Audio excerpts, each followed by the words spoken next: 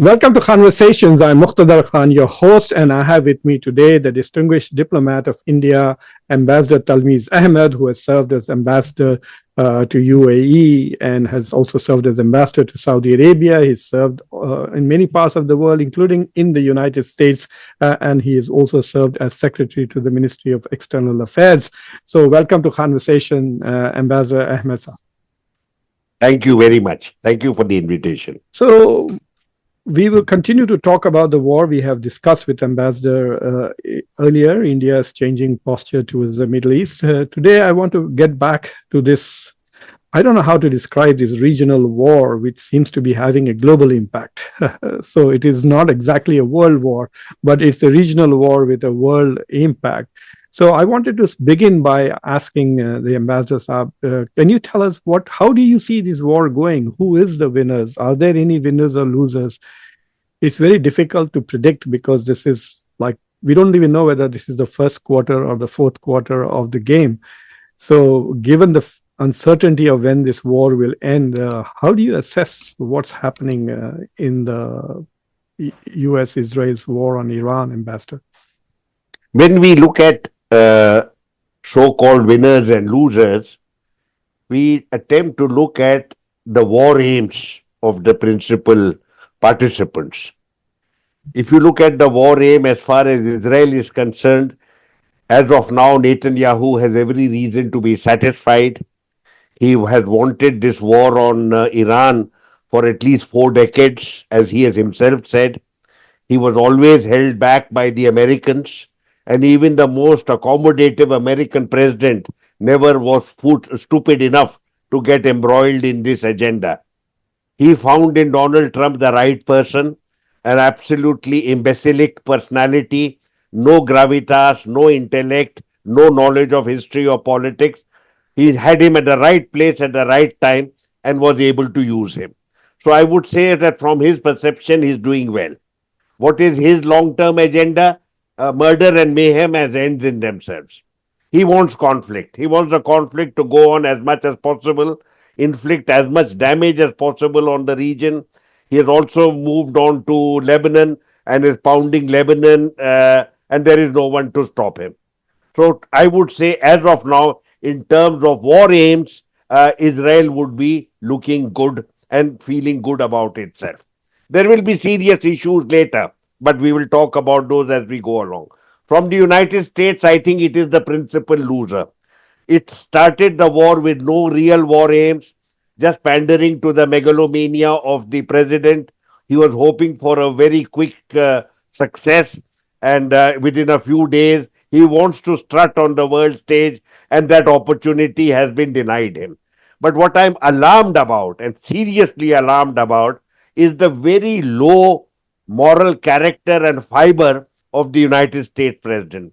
For him to have announced yesterday that there is a very substantial dialogue taking place with the Iranians, that there has been tremendous progress, and that he has therefore postponed bombardment of the Hormuz for 5 days, and then then we find that no such dialogue has taken place, that the president has lied to the international community. That is something completely abhorrent and despicable. But what is even more shocking is that he and his cronies have minted money on the stock market, playing there with insider trading. Very, very shocking news items that have come about he personally has possibly made $1.5 billion. Many other cronies of his have minted money. And this is something which is, I think it is a shame. With regard to Iran, the war was forced upon them. They thought they were engaged in a very serious dialogue with the Americans. They thought they had made tremendous progress. They thought that they were on the path of some kind of conciliation with the American side, and that they might get a respite from the confrontations going on for so many decades. I think they were quite shocked when the war was inflicted upon them. But if anyone thought in the international community that they will be just pounded into Smith and there will be nothing left of them, That has come as a very great shock. Iran has asserted itself. It has indicated that with all the disadvantages of 40 years of sanctions and all the issues that have been raised domestically and the systematic assassination of its top leadership, despite everything, every disadvantage that a country can have, I think they have come out of it extremely well as a warrior nation, as a warrior race. And I think that even the Israelis would have to think many times. Look at the fact that they have been able to they have been able to pound Israeli cities day after day. Israeli leadership is shocked. Their spokesperson said that there's an inquiry going on as to why their air defenses have failed. Israel has not told us about the extent of the damage, but Dimona nuclear facilities have been hit 5 times, and I think they have inflicted a lot of damage upon the Israelis, which they are not speaking about at all. So I think that if there is one country that overall has come out far better than we had all anticipated, I think it is Iran. Uh, As we look forward, there is an argument that is coming out here in the United States that there is a disagreement or there is a disparity in the goals that the United States has and what Israel has in this conflict. And of course, I think I believe that to a great extent, Israeli goals will override if any goals Donald Trump has in this war. Uh, but do you think that if there is a dialogue, as there is a proposed, that perhaps Islamabad will host a dialogue between the Iranians and the Americans? If Americans agree to a deal, will Israelis agree to it? I mean, the question really is, will Netanyahu abide by agreements that Trump may make in order to end this war? Because it does appear that he's kind of tired of this, not getting anything to brag about, and the world is blaming him for the inability of the US and Israel to rescue the Strait of Hormuz from Iran's control. So he probably wants to cut his losses and leave, but will he be able to, or do you think that Israel will respect America, or it will be like Gaza? We talk about is that there has been a ceasefire in Gaza, but the violence by Israelis continues in Gaza.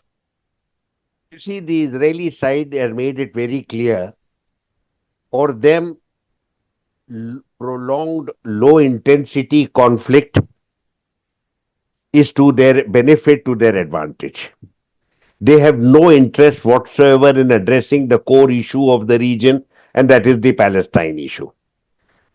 Given that position, they have told their citizens and anyone else who wishes to hear them that low intensity conflict will continue. It is the new normal for them. And therefore, they don't believe that there is any peace process. What they believe in is there is a temporary truce.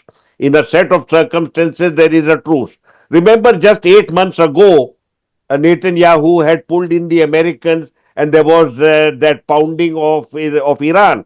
And Netanyahu publicly stated to his people that Israel had inflicted extraordinary damage upon Iran, and that Iran would not be a threat to Israel for generations to come. I quote to you. And 8 months later, he is back. There is no interest. And I don't think this is pure Netanyahu. This is the belief in the Israeli top leadership. Even Naftali Bennett may have the same view. I am not aware of a single Israeli politician who believes in a peace process that would accommodate the Palestinian aspirations. What therefore they have adjusted themselves to is periodic assault. Maintain a very high level of military capability and keep on hitting vulnerable targets.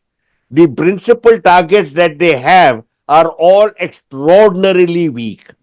They are either militia, very high on enthusiasm, very low on capability, military capability. And then you have Iran, which has suffered 40 years of sanctions and has practically no military capability at all. Israel does not face a single power in the region that can match it militarily. And it has no interest in getting involved with this. Can talk about Turkey and its role later on. As of now, this is the situation. You either they have got all the people, anyone who could be in the who could be a threat in the region has either been co-opted or is too weak and vulnerable. Recall here that attack on Doha last year, a very significant act, a signal to the Gulf Cooperation Council countries that you are not safe from us either. You may be close to the Americans, but we can hit you at will.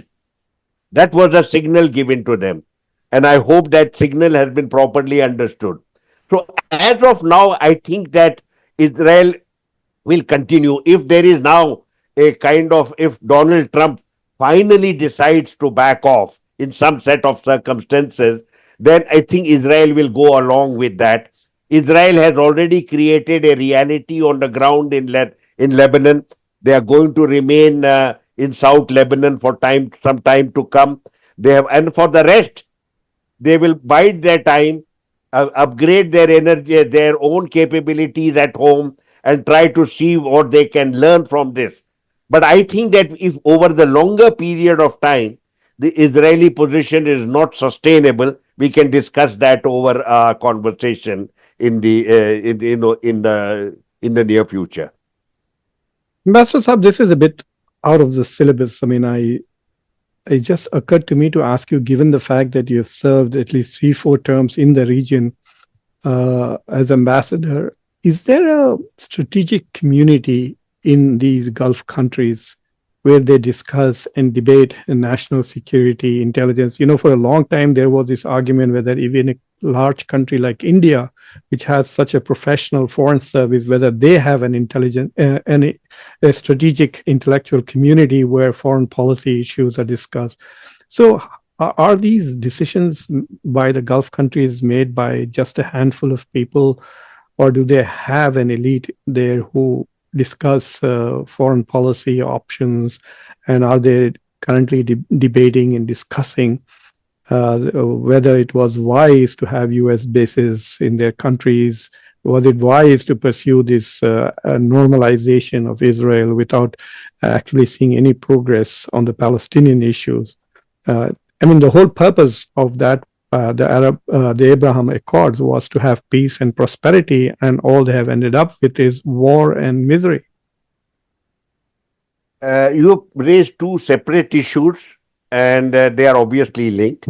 One is the presence of American forces in the region and on every GCC country's soil. And second is whether they have an intellectual discourse relating to foreign policy issues. Let me respond to the two issues separately and then I will link them. First, yes, over the last 5 or 6 years, there is a proliferation of think tanks all across the GCC.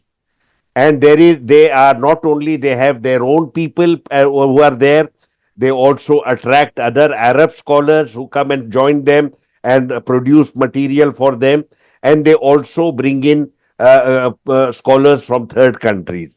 They have all the structures and all the content and all the scholarship pertaining to foreign affairs.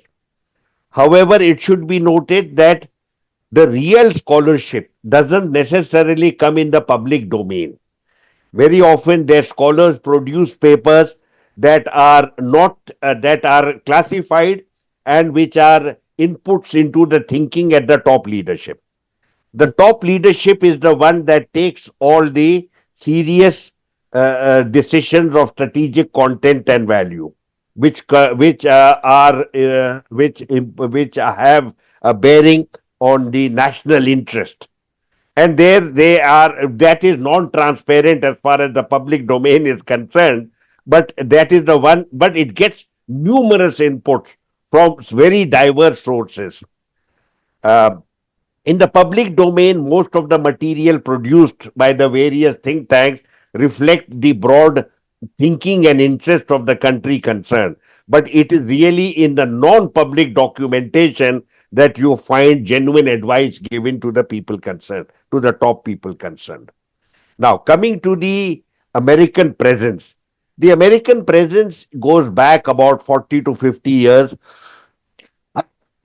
We are all aware that these countries were created on the basis that they would never be secure in themselves and they would always depend on a strategic alignment with earlier with Britain and now obviously with the United States and the Western powers in themselves.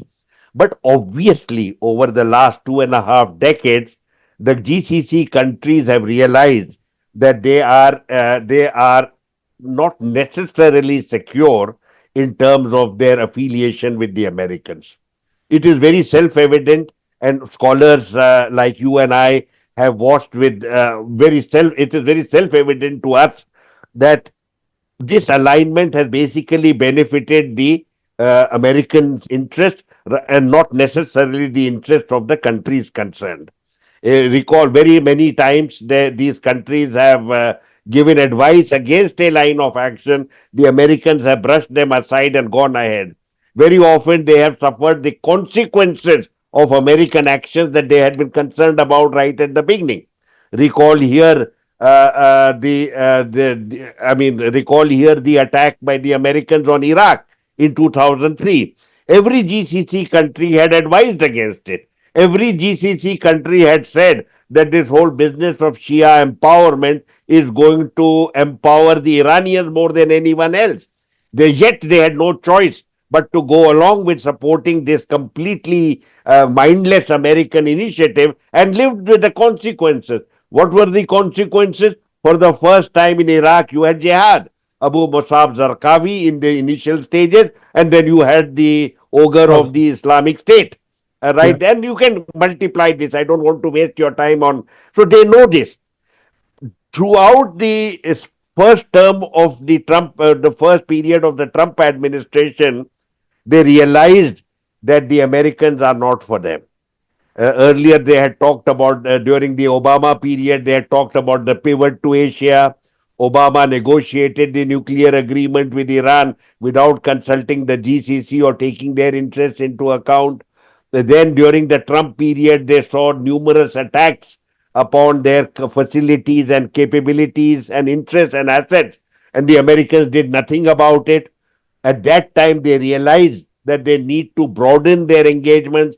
They turned to India and to China and to Russia at that time and they spoke the language of strategic autonomy.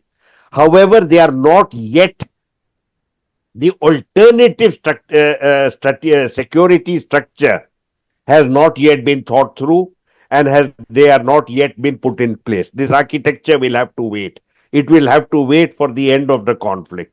What shape some of the writings that I have seen are very self-centered and completely mindless.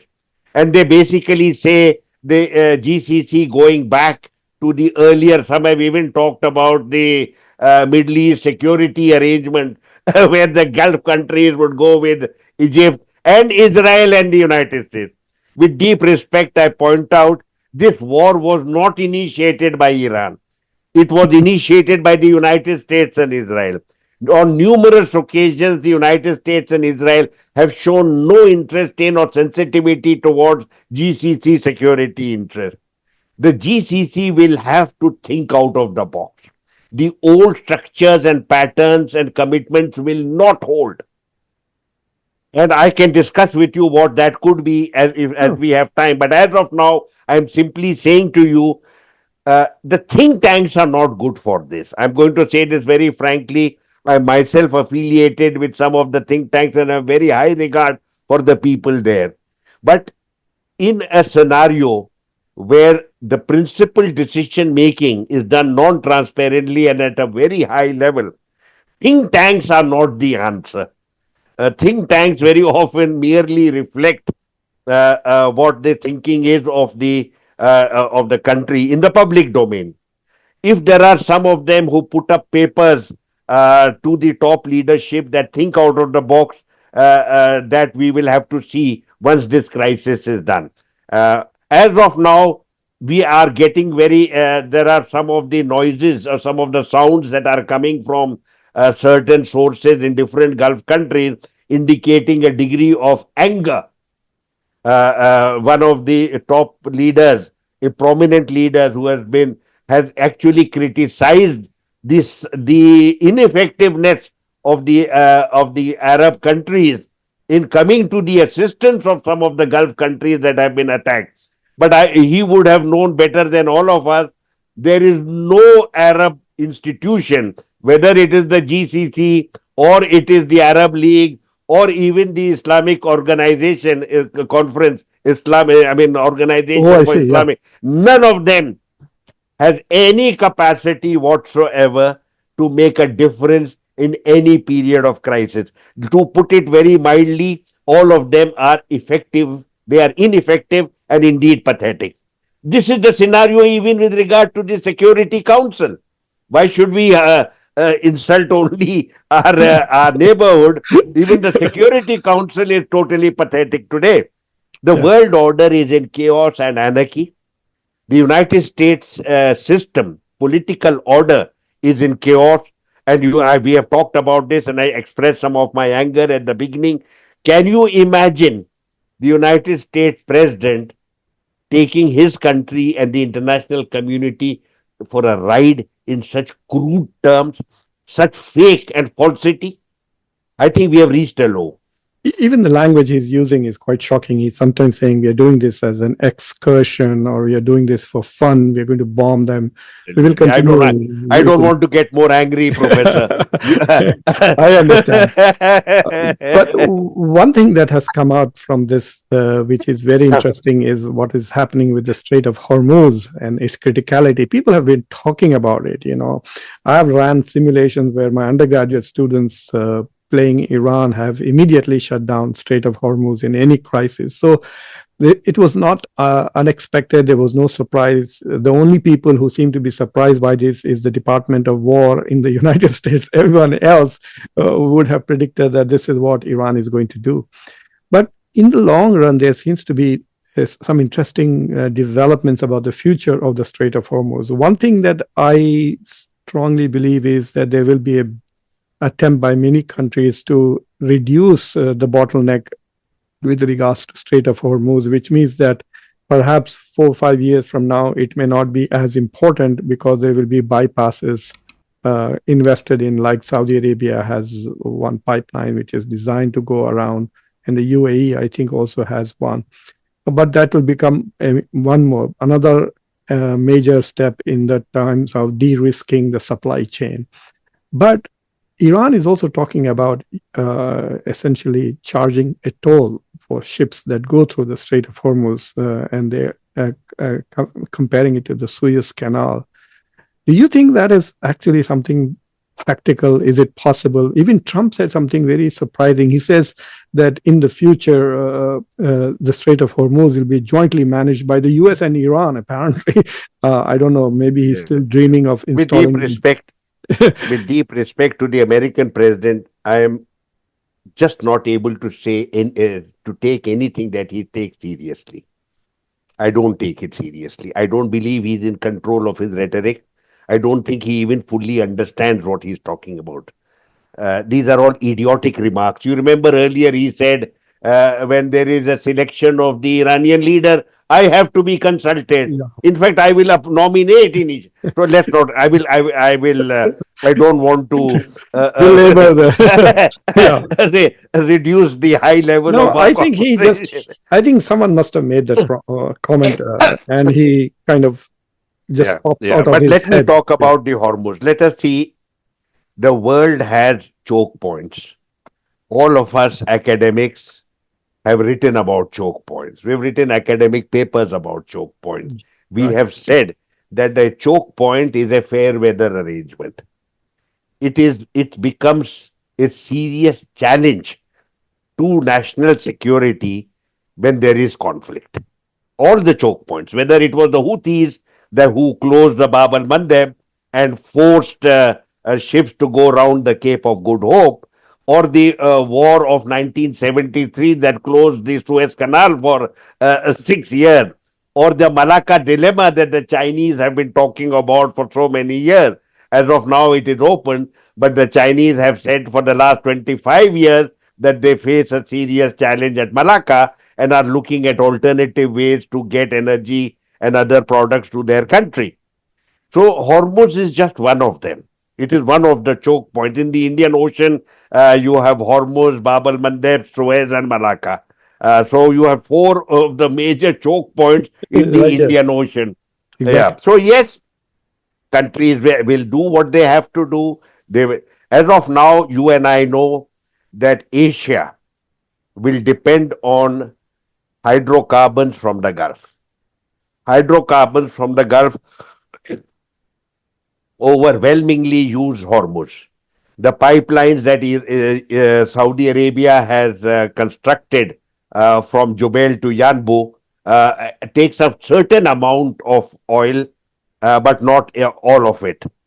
Even there are pipelines that the UAE has constructed that open at Fujairah on the Indian Ocean. Mhm. Qatar has a big problem. Qatar, Bahrain, and the UAE, Qatar, Bahrain, and Kuwait, Kuwait have no such outlets at all. There even has been a Iraq to lot some of loose extent. talk. Yeah.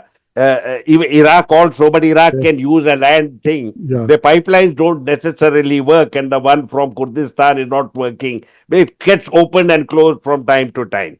But there is a potential that it could be done. This will see when we start discussing what the implications of this war are, I would put down looking at fresh logistics relating to energy movements at a very high level. You see, all these are fair weather arrangements. You know, we always talk of energy. What about food security? All the GCC countries import 90% of their food, and they are affected in different ways, but particularly by Bab al Mandeb and Hormuz, they are crucial in terms of food supplies.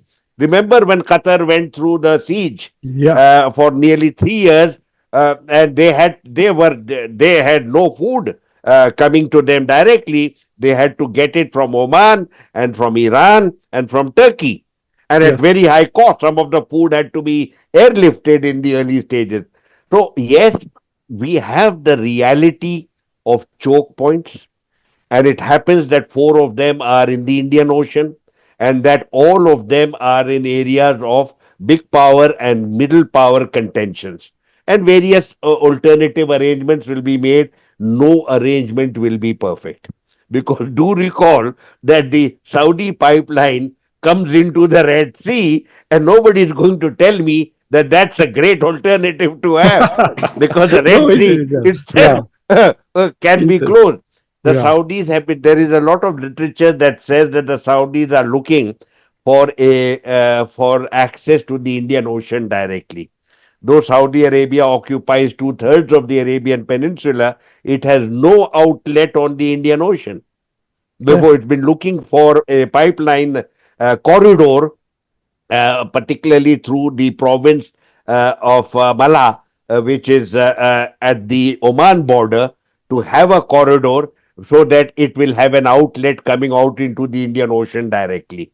So, all of these are going to be issues that we will be discussing, and they will be coming up as new and fresh ideas. And yes, they will always, the main issues, Professor, is to address the core challenges. Yeah. And I will say to you honestly, the core challenge for West Asia is the Palestine issue. All the rest that you see is a superstructure. You have to address, you if you had a sensible government in Israel. You have now 6.5 to 7 million Palestinians and Jews living in that very, very tiny space at loggerheads with each other. You cannot pretend that there is any solution for the Palestinians other than a two-state solution, or ultimately at some moment a one-state solution. To all the discussion, going to war with your neighbors, constantly attacking them, believing that war is a normal, and all these contentions are primarily connected with that. If they were to address the Palestine issue, you would have Israel as a benign and valued presence in West Asia, all of us would be discussing how we can enhance our partnership and to see how we can work with each other for mutual benefit. Absent that, we will constantly be discussing futile alternative solutions which will not necessarily work during periods of extraordinary conflict that would encompass the region as a whole. Benign Israel, I would retire in Jerusalem if that was the case. you know, so yeah, and Well, there it will might be. happen. Don't give up on it. Inshallah, Don't give up inshallah. on it. Yes, and there are lots and lots of people who are thinking like this.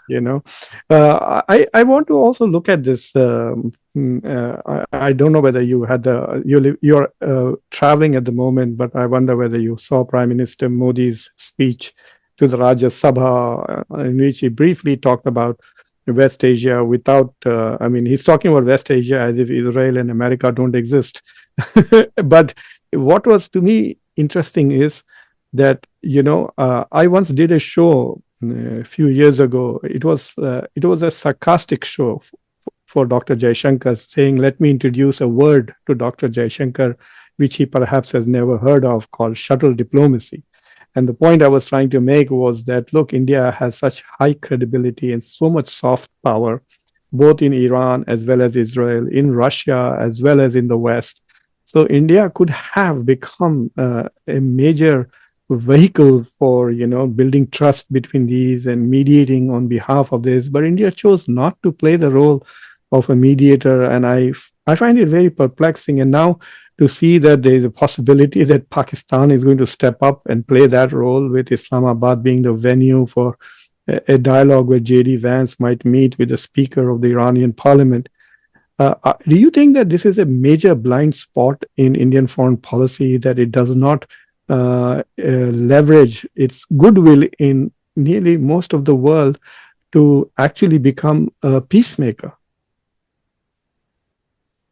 Good that you raised this issue because this is a matter very close to my heart. All through the Cold War, India's leaders were very actively involved in regional and global diplomacy as peacemakers.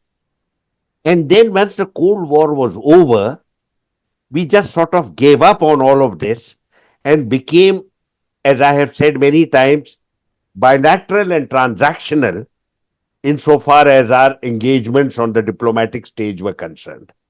We have no interest in a collective engagement with the region. We have no interest in analyzing the security challenges that the region faces.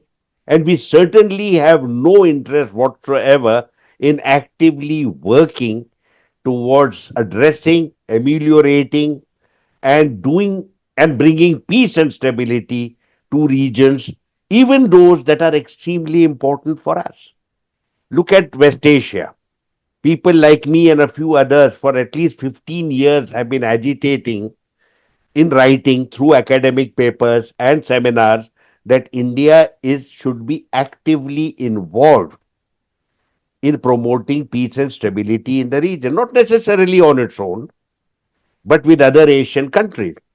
Now, I have also in my papers highlighted the fact that this has not been done before. It's not been done in Asia.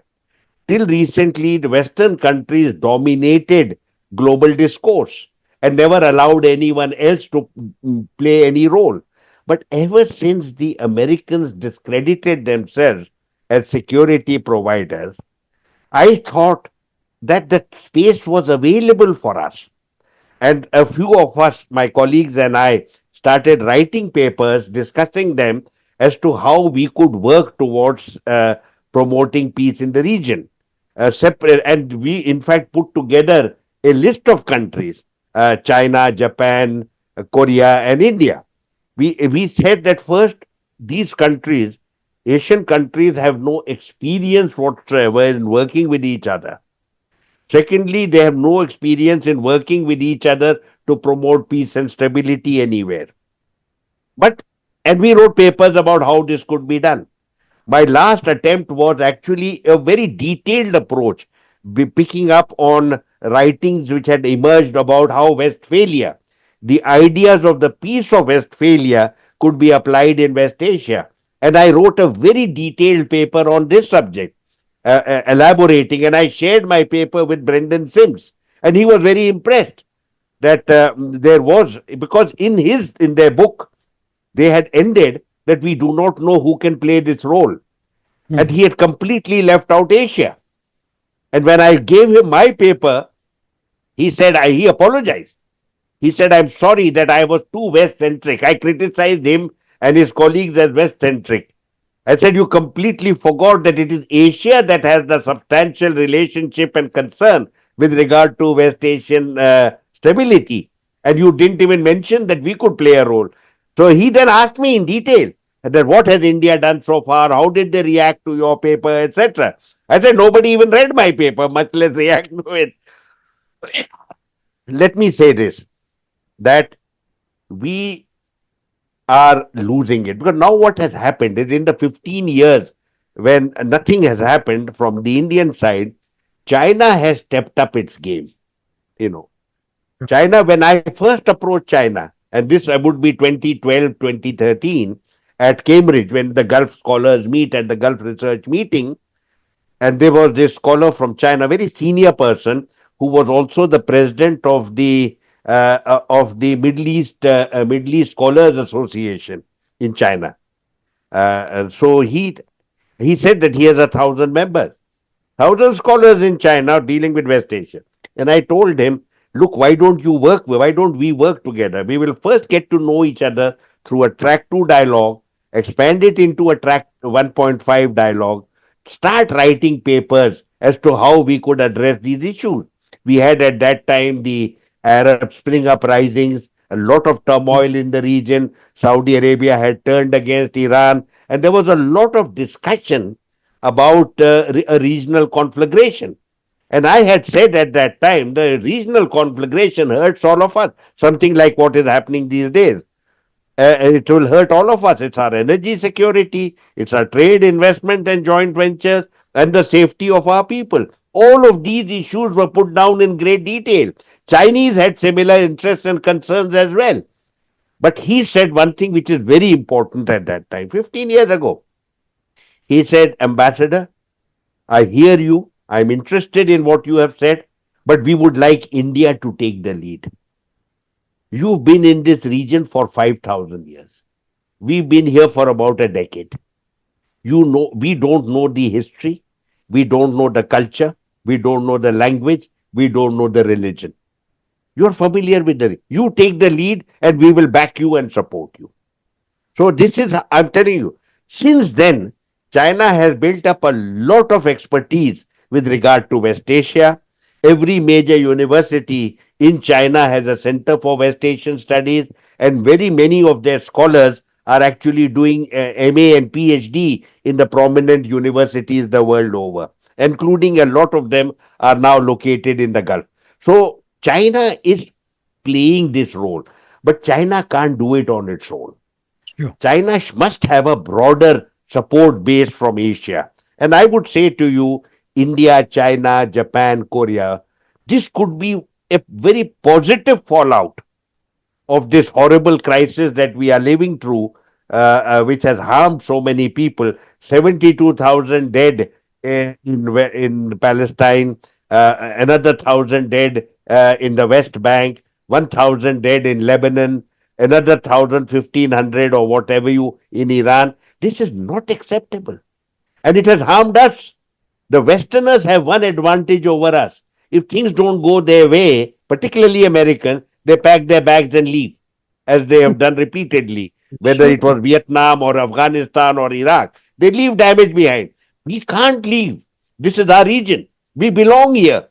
So I would say, yes, I fully agree with you. We should get our act together. And one positive fallout of this could be that some of us Asian countries can start talking to each other to see how we can put our efforts together, our interests together, and to promote peace and stability, possibly a new security architecture in the region. One of my professors, John Esposito, traveled to China, and he came back and he called me right away and he says, Muqtadar, you're not going to believe me. I spoke at a think tank in Beijing and they have 1,000 experts on the Middle East. Absolutely. Exactly. And even Absolutely. here at the University of Delaware, one of our Arabic professors, I think, was on sabbatical or something, and we hired a PhD student from University of Pennsylvania to come and teach Arabic. It was a Chinese. It was very interesting to have a Chinese coming and teaching Arabic here. But there's still scope for us. There is, they need to develop This more. region is so large, it is so Yeah. important, it Yeah. is so significant that one country alone cannot handle all these issues. You must have a broad base. I would bring in Indonesia, Malaysia, and I would love to have Japan and Korea. I think after the conversation the respected leader of Japan had in the White House, Yeah. maybe she would be encouraged to see her destiny lies with Asia and their co-partners in Asia. And we don't have to carry the historical baggage of the past. We should create new baggage of cooperation amongst us. Yeah, I mean that invocation of the Pearl Harbor was so I want to ask you a question. I mean, I don't I is one of the reasons why India is reluctant to play the peacemaker is because it feels very insecure on the issue of Kashmir. And so it does not want to say, okay, that because India says we don't want any third party. India does not want to internationalize the Kashmir issue. They don't want anybody else making peace between India and Pakistan. And that is why India is reluctant to go and. I'm not sure. That's because not then, actually we. like, for example, if India says, okay, let me make peace between Iran and Israel, and then tomorrow Iran comes and says, okay, now it's my turn to make peace. Look, I want to clarify to you. And this is a very fine distinction between mediation and good officers. Yeah. I'm not offering mediation. What China offered between Saudi Arabia and Iran in March 2023 was not mediation. It was good officers. Mediation means that you are actively involved in the discussion. I don't want to be actively involved. I want these issues to be addressed by the principal parties themselves. I am there to provide facilities, a good counsel if you so need, whispered in your ear. But I am not going to sit as a third party at the table for two people and say that you should do this or that. That's not our way, and that's not the Asian way. At the end of the day, the principal parties concerned have to address the issues themselves. What do we offer? We offer counsel. We also, once there is an agreement, we are available to ensure that the agreement is implemented, because there could be glitches. There could be glitches, and there would be somebody saying, look, this understanding. Much of this is done diplomatically behind the scenes. And by the way, may I say, with all, so I would say that I'm not looking at mediation, and therefore I don't see the Kashmir parallel being operational as yet in this regard. I want to take another stab at this. So, if about 3-4 years ago, I was on a panel with some Indonesian, Malaysian, East Asian ambassadors from prominently, and this was in Kuala Lumpur, and it was the discussion at that time was the refugees that were coming from Rohingya refugees who were going all over the East Asian, and so there was this much talk about. Like I was saying that this is one of the failures of ASEAN countries, that they have not been able to resolve this matter with Myanmar. And what are you doing? I mean, Myanmar is part of the ASEAN, and so what was interesting was that all of those ASEAN ambassadors ganged up on me, and they kept saying, "Oh, you even though you're an Indian American, you're talking like an American. You don't understand the Asian way." And the Asian way is not, like this. And at the end of the day, all I had to say was, look, the Asian way is failing in the case of Myanmar. So you can lecture me as much as you like about what the virtues of the ASEAN system of negotiations and the Asian way. But where is the Asian way in this Iran conflict? Where is the Asian way in the Kashmir I would, issue? with all respect to my friends in Southeast Asia, this kind of, mm, you know, claptrap, using terminologies that are well past their use by date.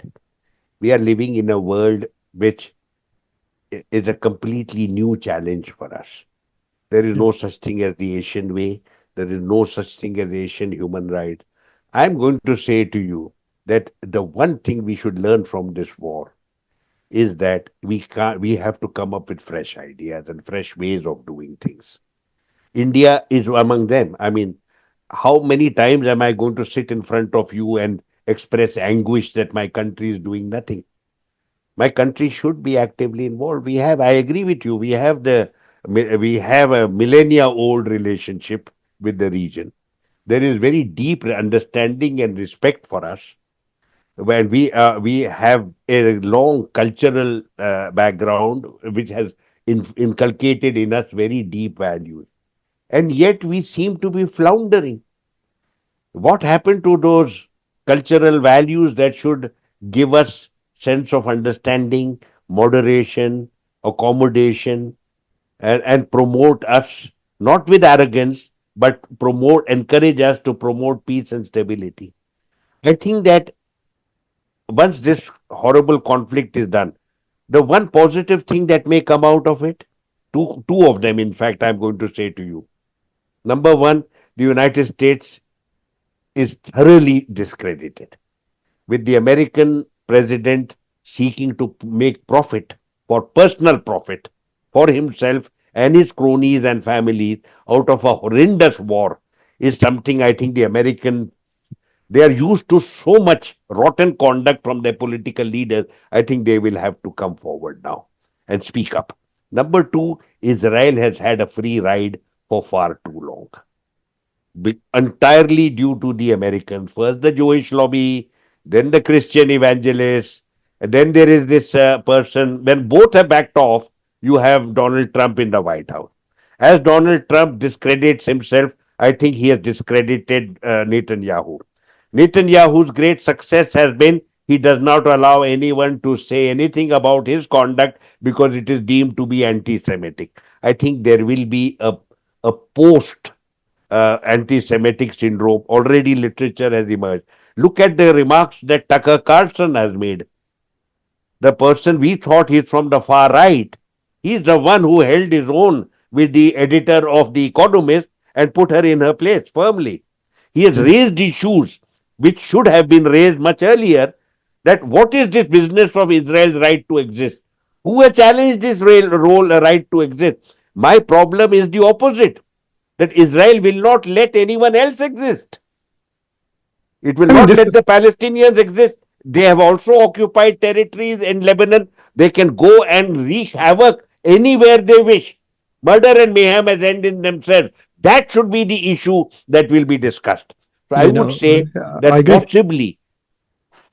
possibly this is where we will be going, that as the United States discredits itself and as loses a lot of its standing and hopefully at some stage becomes a normal country, this is the opportunity for Asia. And I think this is where Asia, I'm not talking military Your voice has cut off, sir. Something change, happened. talking about Yeah, diplomacy. And yeah. that's where I want to go. In the past, I've also asked this question repeatedly whether whose rights were violated when the Soviet Union disappeared.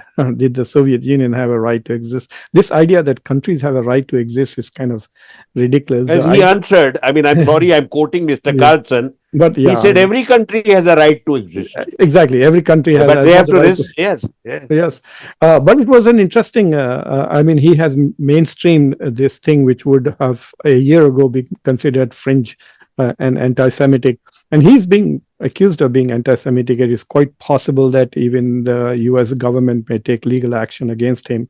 But you're right that there are some bigger questions being raised as a result of this war, which would not have been discussed before.